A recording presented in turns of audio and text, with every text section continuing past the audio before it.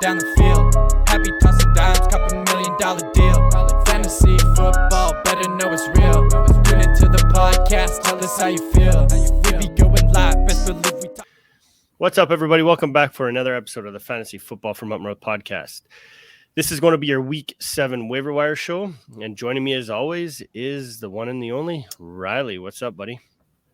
Not much, just watching Melvin Gordon shit the bed for me in the Denver game right now. Yeah, I think he's probably doing that for a lot of people right now. So, but I apologize about no recap show yesterday or last night that you guys didn't get an episode this morning. I am under the weather, as I'm sure you could tell by my voice. Currently, I got a big man cold, so I'm just trying to drug myself up and get myself better for the weekend. But without further ado, we're going to jump into our waiver wire show. There is some important bodies that are on buys this week. We're going to start with who's on buy. We got the Bills, the Rams, the Vikings, and Philly. That's a lot of big name guys that are going to be on waivers that you're going to be missing this week. I mean, most importantly, guys like Gabe Davis, Josh Allen, Stephon Diggs, Gabe Davis, Cooper Kupp, you know the names. So we're going to try to give you guys a few names that you guys can jump on and stream for the week until you guys can get these guys back after this week. So Riley, give me someone that you like as your first priority. This week in waivers, I'm not too fond of the guys. This week, there's no guys I'm saying go spend all your fab on this week, but I think the number one guy has to be Kenyan Drake. Like I said, I won't put a lot of fab on him just because I don't really trust that backfield situation yet, and Gus Edwards is likely coming back in the next couple of weeks here. But he showed out this week. He was definitely the guy over Dobbins, and they're even saying Dobbins might have re-aggravated his knee injury. So I think he has to be the top priority ad this week. I would have to agree with you, especially, this is such a run-heavy offense, and the fact that he was already getting carries even when Dobbins was in. So that's the one thing that stood out to me, and the fact that, like you mentioned, even with Gus Edwards and Just Hill, I think if Drake does get another week of this backfield to his own, I think he's going to he's going to carve out a role that it's going to be tough for them to keep him off the field, even with those guys back. So, I would have to agree with you. I'm only going to throw maybe 10% down on him. Like you said, we still don't know the extent of the injury to Dobbins. He did re-aggravate it from what they're saying. It's just going to be, it's still early in the week. So we won't know much until reports come out later this week. So, but yeah, if you need a guy, a running back to snag on waivers, he's going to be your guy. My next one here, I'm going to jump over to the quarterback position because, like I mentioned, you got Josh Allen out, Cousins. You got 4 starters, maybe outside of Stafford, that people are going to try to replace this week. Matt Ryan, the Colts, he's only 28% rostered. He was good last week. He did throw the ball 58 times, did complete 42 of them, though, for almost 400 yards and 3 touchdowns. So, I mean, with this offense, even with no Jonathan Taylor, this offense seems to run. Deion Jackson did a great job on the ground last week. A lot of people probably expected him to be, number one priority, but I have a feeling, with the limited practices that Jonathan Taylor did put up this past week, he should be back next week. So if anything, if you have Jonathan Taylor, you're probably going to want to go get Jackson, as he should be like a high priority handcuff. But back to Ryan here. I don't think he's going to, give you that same production next week, but they are facing a Titans team who have given up over 21 fantasy points to opposing quarterbacks through 5 games. So if you need a fill-in, you could probably get Ryan for dirt cheap too. Probably, maybe 5% of your fab, I would say, and you could start him and be confident about it. Yeah, I'm not too big of a fan on Matt Ryan. Maybe as a streamer this week, but yeah, I think Jonathan Taylor comes back actually hurts him. Just because Jonathan Taylor is pretty much that offense, right? And I think as soon as he's good to go, he's gonna just resume with 30 plus touches a game, and he's gonna steal all the red zone. Speaking on that, why don't you give him 20. Why don't you give him 10 targets a game and see what he could do with them? That was insane production that Jackson gave him yesterday. Yeah. Yeah.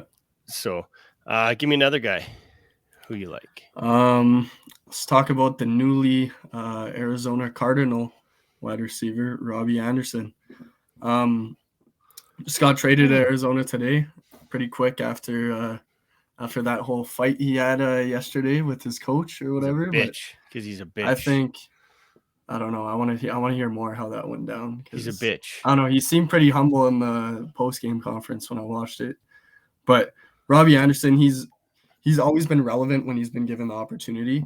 He is that kind of deep threat guy, and Marquise Brown now injured. They're saying likely 6 weeks.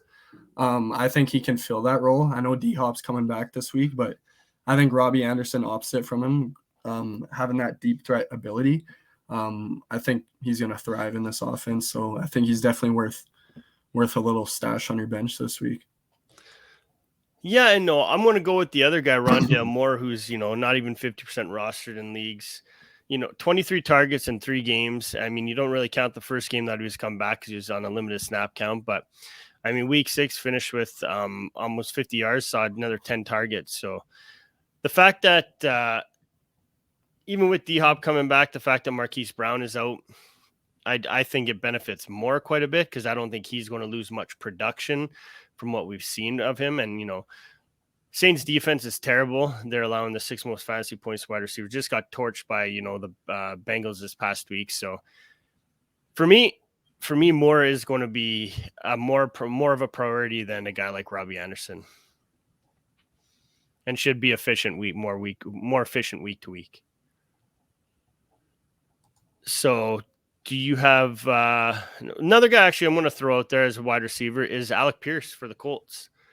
He's been the wide receiver 2 for the Colts when he's been on the field. The fact that he saw both of his targets and offensive snaps go up the last few weeks, and he seems to be a favorite of Matt Ryan. The fact he caught 3 of 7 targets for 49 yards and a touchdown with the Jags, the game-winning touchdown on top of that. So week 7, nice matchup, divisional matchup against the Titans, allowing the 3rd most fantasy points. I think you're going to see some numbers. Pierce put up some more numbers this weekend. Hate that pick. Hate Alec Really? Pierce.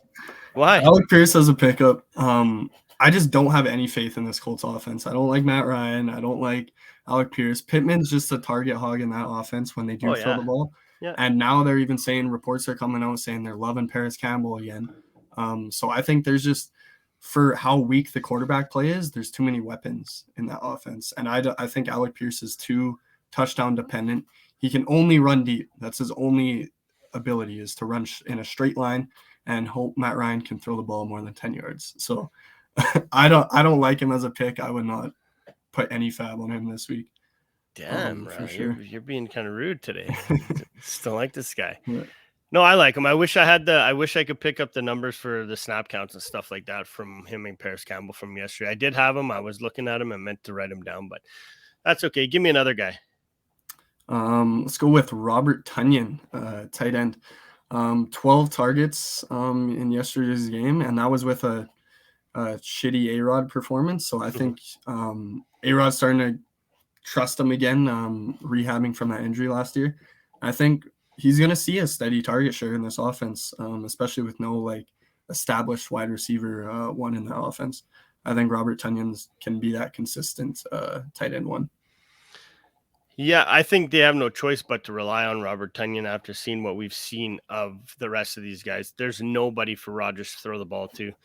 And yeah, he did seem to rely on Tonyan in those important, those important third downs and stuff like that. So I don't hate that pick. And if you must say, you are 100% correct when it comes to Paris Campbell. He's on the field. He's playing 100% of the snaps to Alec Pierce's 65%. So, but I think just due to production wise, if I got to look at volume as far as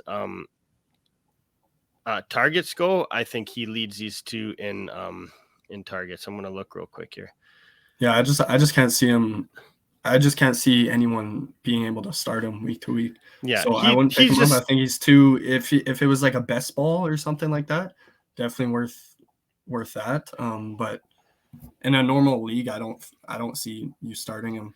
fair Even with enough. bye Fair weeks. enough. Yeah, Paris Campbell did outsnap him even last week. So, but I don't know. I still like the fact that he's still producing when he's out there. So yeah, maybe not as much of a priority as I once thought. So thanks for talking me out of that. But I would still go get him if you're in deeper leagues or if you need.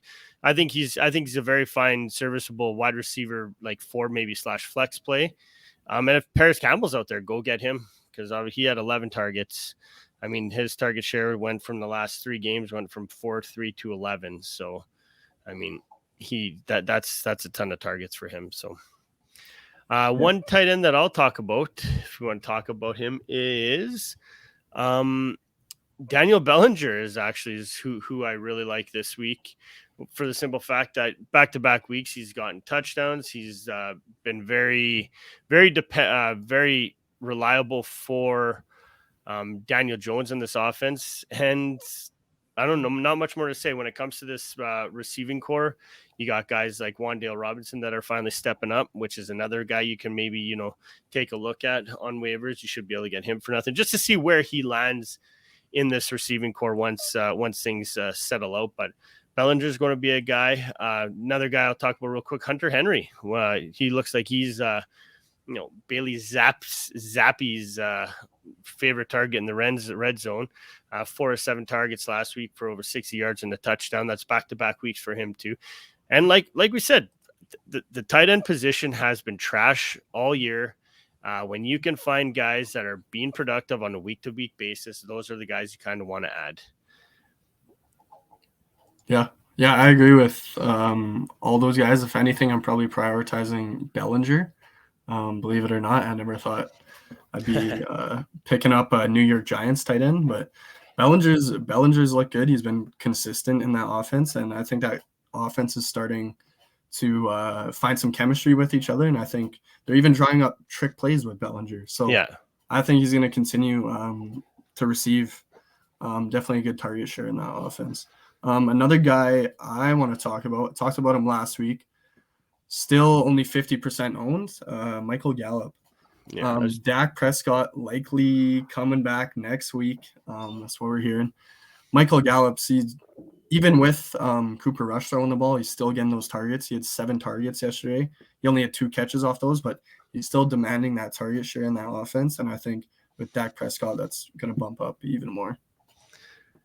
Yeah, I'm not going to argue with that. I agree with that 100%. They are facing the Lions defense that's allowing the 8th most fantasy points to wide receivers. So Dak's going to come. If Dak comes back, he's going to be trying to prove something. And we're probably going to see him toss the ball a lot. And I think both these guys, him and CeeDee Lamb, are probably going to get targeted a ton. And even another tight end to look at, guys, is Jake Ferguson of Dallas as well. He put up numbers with Dallas or Dalton Schultz out last week. So couple other streamers we could talk about really briefly here. Nico Collins of the Texans. He's been involved. He's averaging over 5 targets per game, and the Raiders are giving up a ton through the air. So if you need a guy as a flex play with these receivers out, I think he's going to be would be a nice option. Yeah, and the last 2 guys I just want to touch on real quick here. Caleb Huntley, Atlanta, he had another solid game, 16 rushes, 59 yards. Both of those guys. I don't think he's the guy. I think they're literally splitting that backfield 50-50 with Algier. But Caleb Huntley is definitely worth the add. He's only 7% owned, so doesn't hurt to stash him, I think, right now. And the second guy I wanted to talk about, Donovan Peoples-Jones. Yeah. Cleveland's wide receiver. It's hard to ignore this guy right now. He had a couple dud weeks, but the past 3 weeks straight now, he's been targeted in that offense. 74 yards last week. I think even with Jacoby Brissett throwing the ball, I think he's still relevant in this offense. He will be that second guy to Cooper, but I still think he's going to get enough targets where he could be a possible flex play depending on the matchup. Yeah, the one good thing about Jacoby Brissett is, I mean, as a fantasy, a fantasy football player, is the fact that he seems to just like the guys that people own in fantasy. So he's not throwing them to these bum tight ends that nobody's heard of. It's always going to Cooper. It's always going to Peoples-Jones. But I do agree with that. Peoples-Jones is seen that volume in targets. He has stepped up. And he's, like I said, he could be a wide receiver 3/flex next week against the Ravens defense that we've seen give up a ton through the air as well. What is your take on Jimmy G this week matchup against the Chiefs? Don't really like it. I'm not a big Jimmy G guy, but if you have someone like Josh Allen, he's probably, I'd take him over Matt Ryan, your last quarterback streamer. But I don't think, like, the Chiefs defense actually looked good this week against Buffalo. So I don't think Jimmy G is going to find a lot of success against them this week, even in a possible shootout game. Yeah, I'm going by just, the stats, double-digit fantasy points in 4 or 5 weeks, not counting the first week because he didn't start that game, but he does have double-digit fantasy points. And like I said, when it comes to Kansas City's defense, they are giving up a lot of fantasy points to quarterbacks. And with the weapons on offense, I think Garoppolo would be a perfect add this week. And a streamer this week. You're not adding him to play him all year long. When we're talking about streaming guys, we're talking about guys to get you through the bye weeks until your studs come back. So, yeah, I'd rather. I know he's like roughly 60% owned, but if you had to choose a streamer for this week, and this guy's available, I'd rather have Trevor Lawrence to pick him up, just because he's shown he has the ability to thrive in an offense, and he's versus the New York Giants, which they have been actually decently good against quarterbacks, but I think that could be a potential sleeper shootout this week too. So I'd probably add T-Law over those other guys if he's available. But Jimmy G, I don't mind this week. Yeah. Well, like I said, if you're losing, we're down 4 quarterbacks that are usually, 3.5 quarterbacks that are startable. How about that? I'll add Stafford as a half. He's just a half quarterback for me. But another deep stash to look at if the rumors are true and you do see Christian McCaffrey getting traded, it's going to be Donta Foreman that's going to take over this backfield. He played more snaps than Chuba Hubbard did last week. He's going to continue doing that moving forward. And the fact that we've seen what he can do when given the opportunity, you look back at what he did with Titans last season. He's a guy that's only 1% owned in leagues, and I think he could be one of those league winners if, in fact, McCaffrey does get traded. Yeah, if you have a spot, Adam, it doesn't hurt to stash him, but I don't think I'm one of the few people who doesn't think C-Max getting traded. I think it's simply a Twitter rumor at this point. I think they've probably received offers, and some Twitter analyst just took off and ran with that, put that on Twitter. So I don't think they're trading him. I don't think any team's going to be willing to give up a package that big. But it definitely doesn't hurt to stash him if you have a free spot. All right, and another guy just to touch on real quick. What is your feelings with Josh Reynolds? The Lions, they're coming off a bye, but the fact we should start to see, most likely we'll see Swift back. St. Brown should be back to 100%, and then DJ Chark coming back. Are you shying away from him moving forward after what he's done the last few weeks, averaging at least almost 13 PPR points per week, or do you still feel as though he's going to be the number 2 receiver for this Lions team and still have value? He's like, Josh Reynolds has looked good these past weeks. I'm shying away from him just because, me personally, when I pick up guys on the waiver wire, I like to hope that they have potential to start. And with Amon-Ra coming back, with Jameson Williams potentially coming back, DJ Chark, I just don't think there's an opportunity to ever start him when those guys are healthy. And I think he'll return back to like the 4th target on this offense, especially when Swift comes back too. I just think there's too many guys there, and Jared Goff has looked able to sustain more than one receiver, but I just think there's simply too many guys there where I can't justify starting him on a week-to-week basis.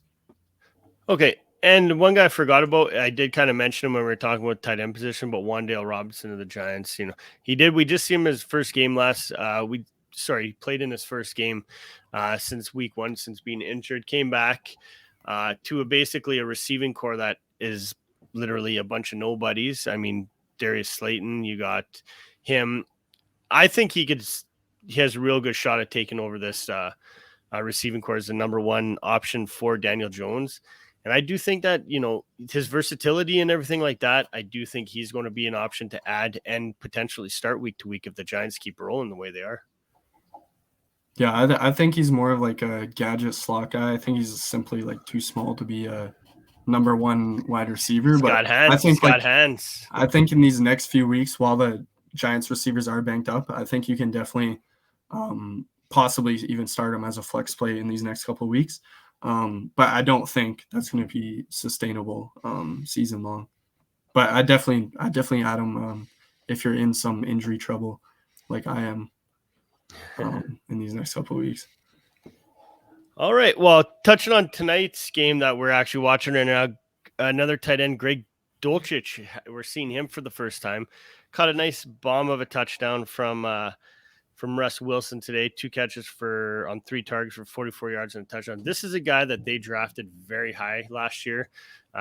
Came into the season injured, was on IR right off the pup list right off the bat. They did activate him today. So just keep an eye on him kind of moving forward, just to kind of see. We do know that Wilson does like his tight ends. So I guess we're going to see what he's a big boy. I saw that touchdown and I was like, damn, he's quick and he's big.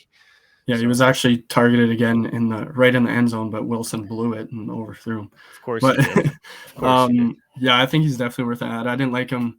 I know you liked him going into the season this year. I didn't like him just because I thought Albert O was going to be something this year. Oh, so did I. Trust me, I drafted Albert O everywhere, and I'm like, woo. Yeah.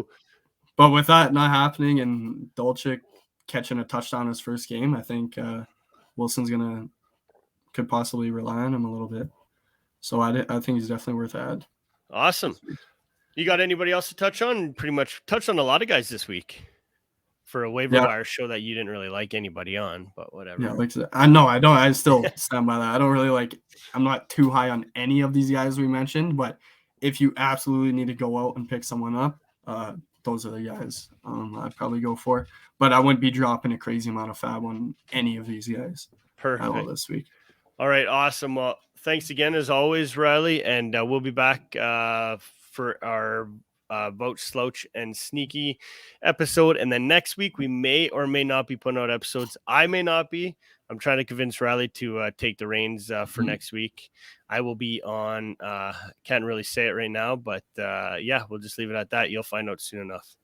All right, talk to everybody soon. Thanks again for listening. Peace.